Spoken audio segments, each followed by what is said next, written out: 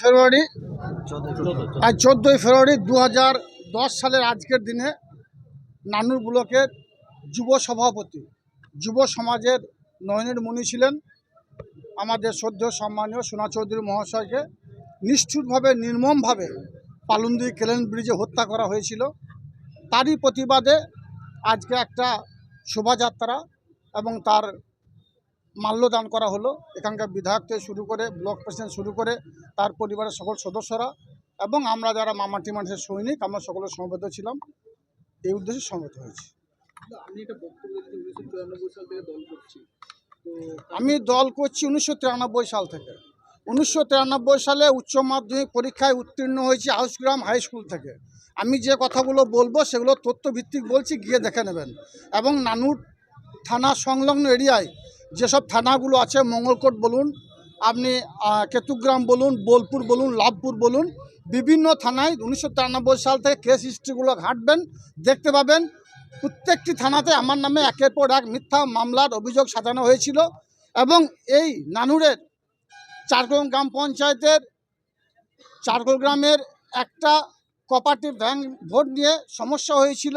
সেই ভোটে একটু ঝামেলা হয়েছিল নিজেদের মধ্যে এবং তখন আমাকে আসামি করা হয়েছিল, আমার পরিবারের 4 জন সহ আরও 16 জনকে। সেটা 1994 সালে। স্বভাবতই তখন তৃণমূল কংগ্রেস দলের উত্থান হয়নি। আমাদের মাননীয় মুখ্যমন্ত্রী মাননীয় মমতা বন্দ্যোপাধ্যায় তখন যুবনেত্রী ছিলেন কংগ্রেস দলের। তখন থেকেই আমি দক্ষিণপন্থী ঘরানা যেহেতু জন্ম আমার এবং তখন থেকেই রাজনৈতিক সঙ্গে আমি যুক্ত, তার উদাহরণ হিসাবে এই কথাটা আমি বললাম আজকে, যে আমি নবাগত নই, আমি নূতন নই। আজ থেকে 31 বছর আগে যার নামে মিথ্যা মামলা ছিল, এই 31 বছর ইতিহাস যদি আমরা ঘাঁটি তাহলে দেখতে পাবো বীরভূম জেলার অনেক নেতামন্ত্রী হয়ে যারা বসে আছেন তাদের তখন জন্ম হয়নি।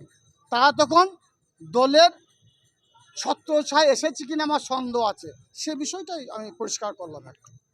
একটা কথা বললেন যে শহীদদের অনেকেই মনে রাখে না, এই নানুর শহীদদের জন্য কিন্তু তৃণমূল কংগ্রেস আজকে সেই জায়গাতে সত্যি কি আক্ষেপ মনে হয় যে সেই জায়গাটা? অবশ্যই, যেহেতু আমি একজন শহীদ পরিবারের সদস্য, এটা আক্ষেপ হওয়ারই জায়গা। কারণ নানুরের 11 জন সুপ্রিয় শহীদ হয়েছিল। আমাদের মাননীয় মুখ্যমন্ত্রী মাননীয় মমতা বন্দ্যোপাধ্যায় প্রত্যেকের কর্মসংস্থানের ব্যবস্থা করেছেন। তারপরে যে 16 জন শহীদ হলো, তাদের কথা কে মনে রেখেছে, কারা মনে রেখেছে? কেউ মনে রেখেছে বলে আমার মনে হয় না। সেই শহীদ পরিবার যাদের অবদানে, যাদের রক্তপিচ্ছিল পথ অতিক্রম করে এই নানুর বিধানসভা পরিবর্তন হয়েছে, তাদের স্ত্রীরা, তাদের ছেলে মেয়েরা খেতে পাচ্ছে কি পাচ্ছে না কেউ দেখে বলে আমার মনে হয় না। তাদের পরিবারগুলো কি অবস্থায় আছে? আজ অনেকে বলছে আমি অত বড় নেতা, অনেক বড় নেতা, কিন্তু তারা তাদের খোঁজ রাখে বলে আমার মনে হয় না, কিন্তু রাখা উচিত। আমি প্রত্যেকটি পরিবারের পাশে যাই। আজকে সোনা চৌধুরী, যার জন্যে নানুর বিধানসভা তৃণমূল কংগ্রেসের ইতিহাসের একটা অধ্যায়ের সমাপ্তি হয়েছিল, যখন তাকে নিষ্ঠুরভাবে নির্মমভাবে হত্যা করা হয়েছিল, তার সহকর্মী ভরত মাঝি আমাদের পাশে দাঁড়িয়ে আছেন, তার জন্য কবর খুঁড়া হয়েছিল। কিন্তু সেই ভরত মাঝিকে কজন মনে রাখে? কিন্তু আমি একথা বলবো, নানুর বিধানসভা মানুষ ভরত মাঝিকে সম্মান দিয়েছে, তাকে থুপসা গ্রাম পঞ্চায়েতে প্রদান করেছে। এইভাবে অনেক শহীদদের সম্মান দেওয়া হয়েছে।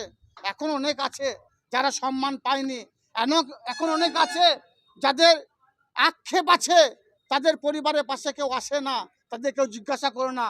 যদিও নানুর বিধানসভার যারা মামাটি মানুষের সৈনিক আছে, আমরা সকলে সেই পরিবারগুলো পাশে যাই।